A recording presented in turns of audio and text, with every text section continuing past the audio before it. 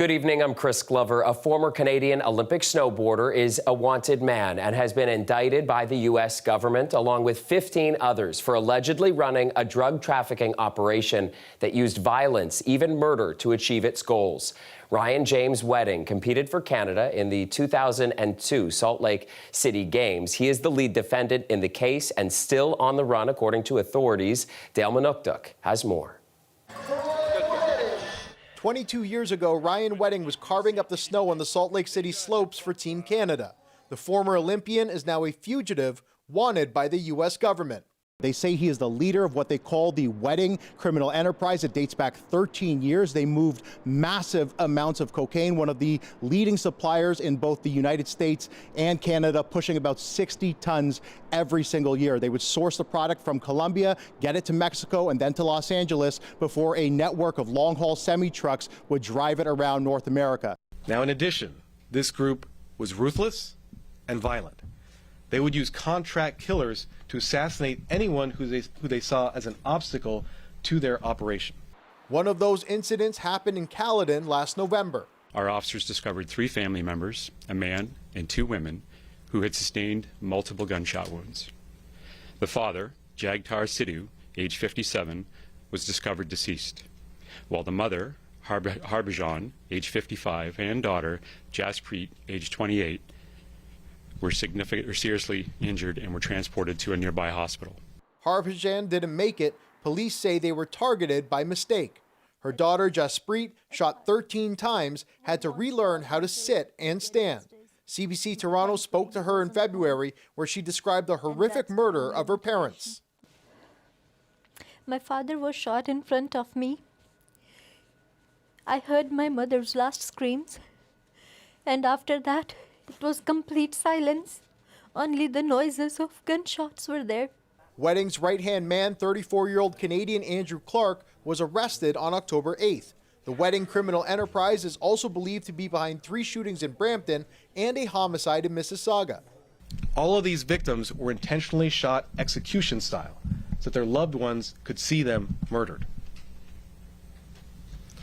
Wedding, Clark, and the other members of this criminal enterprise now face federal charges in the United States. They face charges of conspiracy to export and distribute cocaine. They face charges of running a continuing criminal enterprise and charges of murder and attempted murder. According to the indictment, Wedding goes by several aliases, including El Jefe, Jesse King, and Public Enemy. It says he and Clark intentionally attempted to kill and counsel, command, induce, procure, and cause the intentional killing of another person. The indictment also names Naheem Jorge Bonilla. News outlets in Florida are reporting Bonilla's home was raided Wednesday morning. As part of the months-long multi-agency investigation, law enforcement seized over 600 pounds of cocaine. These seizures will undoubtedly have a profound impact on the supply chains of this criminal network, and more importantly, they'll help protect countless lives. Of the 16 defendants in this case, 12 are in custody, 4 remain fugitives. Officials say 10 of the men are Canadian. The FBI is offering a reward of up to $50,000 for information that leads to Wedding's arrest and extradition. Dale Manukduk, CBC News, Toronto. Now to a court case back here in Ontario. The woman accused of killing 3 people in 3 days will have a mental health assessment to determine if she's fit to stand trial. Prosecutors applied for the assessment today when Sabrina Calder appeared on a charge of second-degree murder in Toronto. The judge said the prosecution had satisfied the court that there are reasonable grounds to doubt the fitness of the accused at this point in time. Calder was arrested earlier this month and charged with 1 count of first-degree murder and 2 counts of second-degree murder. The charges relate to 3 deaths police say took place over 3 consecutive days in Toronto, Niagara Falls, and Hamilton.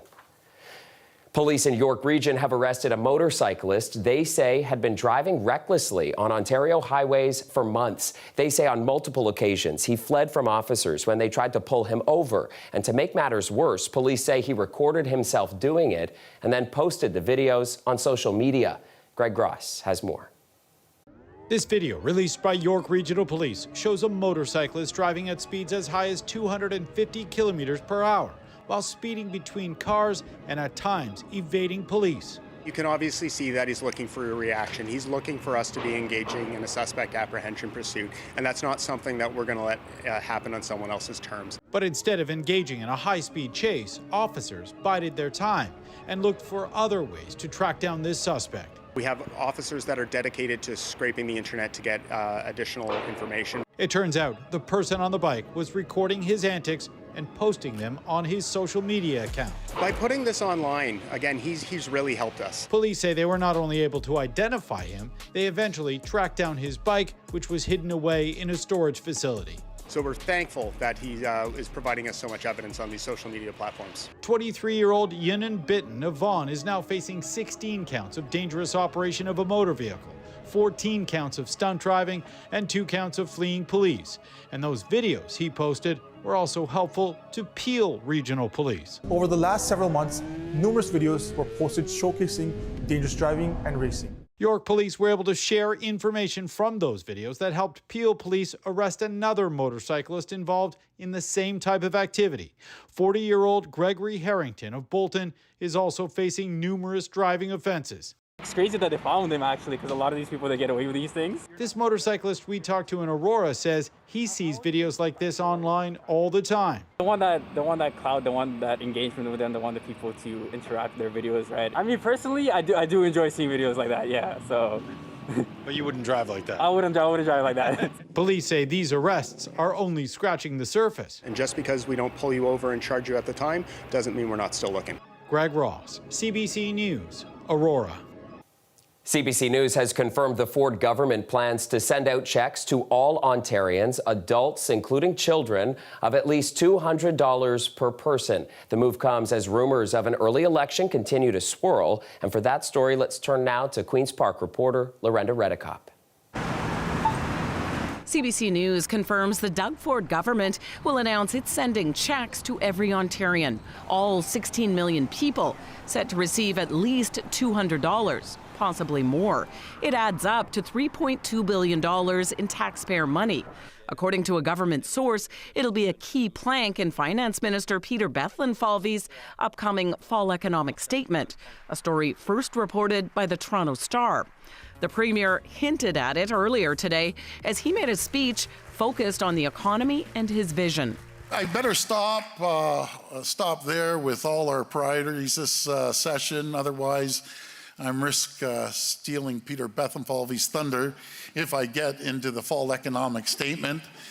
But I'm sure the Toronto Star knows it already, so. Ford spoke in front of more than 1,000 people. His finance minister also in the crowd. Later, he said wait for his fall economic statement, but didn't deny the checks are coming. What we've had a track record of doing is helping all Ontarians, and so we're going to continue to look at ways to help all Ontarians. All 3 opposition party leaders panned it as an attempt to buy votes. This is just another gimmick. What we've been seeing is just gimmicks and distractions from the real issues facing Ontarians. I think it's just highly fiscally irresponsible for the government to spend $3.2 billion to send $200 checks that include being sent to millionaires and billionaires. If he is looking to make life easier for Ontarians, he should be investing in making sure that we are building the homes that people can actually afford, right? That would go a lot further. It's not unheard of for an Ontario government to send out checks. Almost 25 years ago, it happened under the Mike Harris government, calling them dividend checks, as the government was in a surplus. In Alberta, under then Premier Ralph Klein, the $400 a person became known as Ralph Bucks. The reaction here today? Go for it. We're not spending our money on anything better, so. But if it could be better spent collectively at dealing with some of the problems we're dealing with in terms of the homelessness. There's a very long list of things I think that money should go towards instead of giving me $200, but I mean, again, if it would happen, I wouldn't mind. This is happening as it's widely expected Ford will call an early election, likely next spring, with those rebate checks set to go out before that, sometime in the new year. Lorenda Redekop, CBC News, Toronto. And Ford's transportation minister says he plans to introduce a new bill that would speed up environmental assessments and property acquisitions for highways, including the proposed Highway 413. Despite a historic transit expansion across the GTA and Greater Golden Horseshoe, it is clear that if we do not take decisive action to build Highway 413, the Bradford bypass, and other critical infrastructure now, the gridlock suffocating our roadways will only get worse. Sarkaria says the legislation would get highways built faster and would designate Highway 413, the Bradford bypass, and the Garden City Skyway Bridge as priority projects for accelerated construction. On Tuesday, Minister Sarkaria was in Etobicoke talking about our focus on getting drivers moving faster by bringing sanity back to bike lane decisions. It isn't enough to keep an eye on future bike lanes. Thank you. We need to and will remove and replace existing bike lanes on primary roads that are bringing traffic in our cities to an absolute standstill. That same legislation is what the Premier was referring to here at the Empire Club today, saying the legislation will be beefed up to not only prevent some future bike lanes on major roads, but also take away existing ones.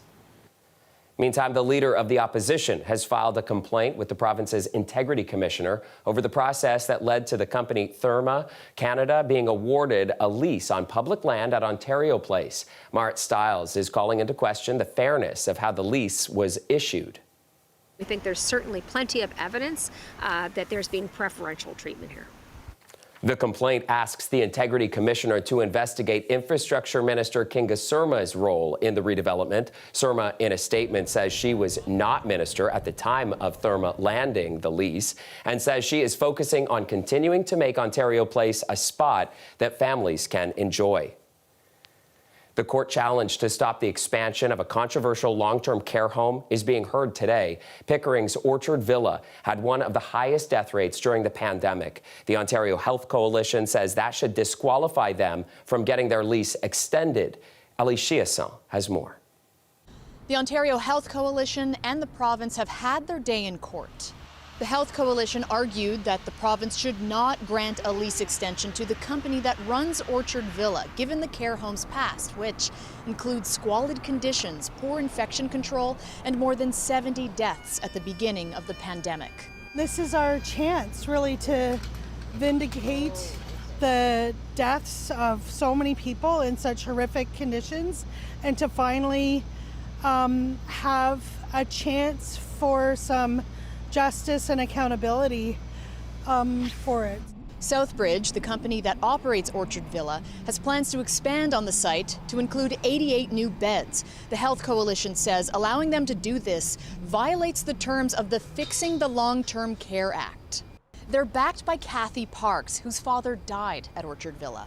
What I'm hoping for today is that there will be a really clear decision that the ministry has to follow their own act, which states that they have to take the history of the house of the long-term care home into account before they can issue a license. And so that's what I'm really hoping for. And I just don't want to see anyone else to have to suffer the way that my father had to suffer. Meanwhile, lawyers for the province argued that Southbridge wasn't running Orchard Villa at the time of the deaths. It was being managed by Extendicare, and the lease extension/expansion approval was given on the condition that Extendicare does not operate this new facility. They also said that the approval is preliminary and the ministry can refuse occupancy further down the line if something else arises. One of the judges questioned how likely that would be once a facility is actually built to delay occupancy any further when there is such a demand, a need for long-term care beds. The Health Coalition summed things up today, saying the province is not interested in what happened and only moving this through. Quote, that attitude is emblematic of how the ministry has handled the project. It's in the hands of the judges now, and a decision is expected to take months. Ali Chiasson, CBC News, Toronto. Welcome back. In the Annex, a longtime magazine boutique says it'll soon be forced to shut its doors. After more than 30 years, the owners of Press International say they can't keep up with the rising commercial rents. Brittany Billette has their story.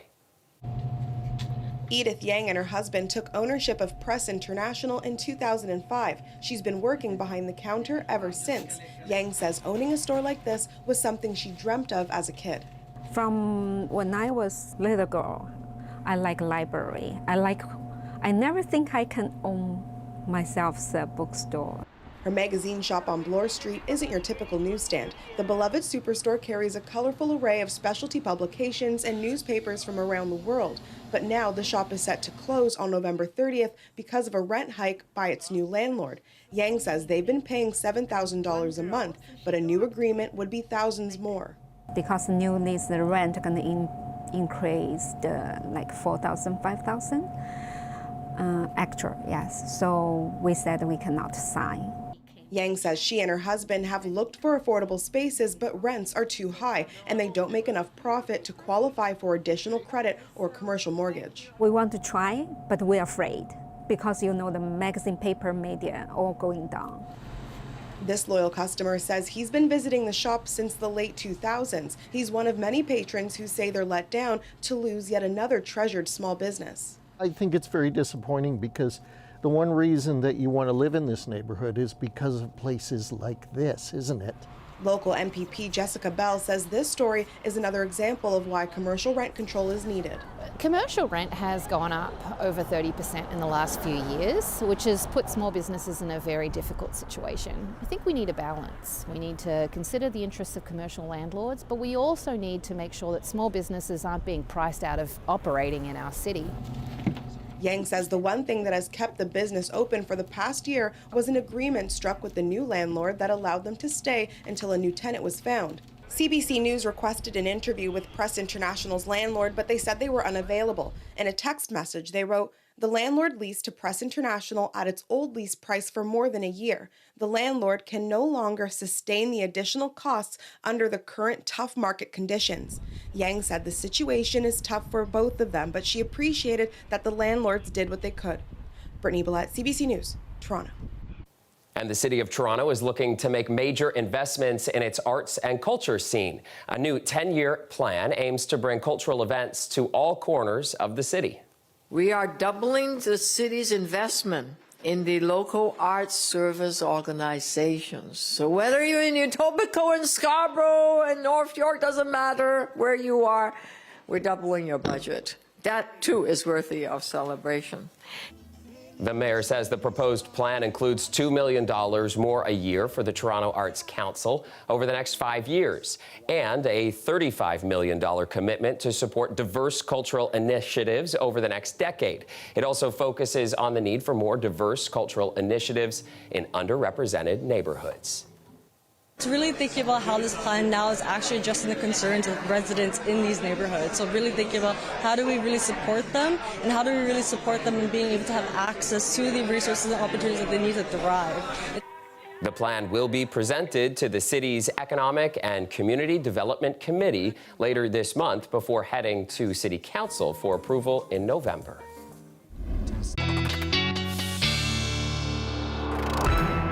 Let's get to Colette with the weather forecast. And Colette, if people like it warm in October, they're going to love this stretch we're going into. Yeah, and anyone who I guess was enjoying it getting a little bit cool, well, just hang on.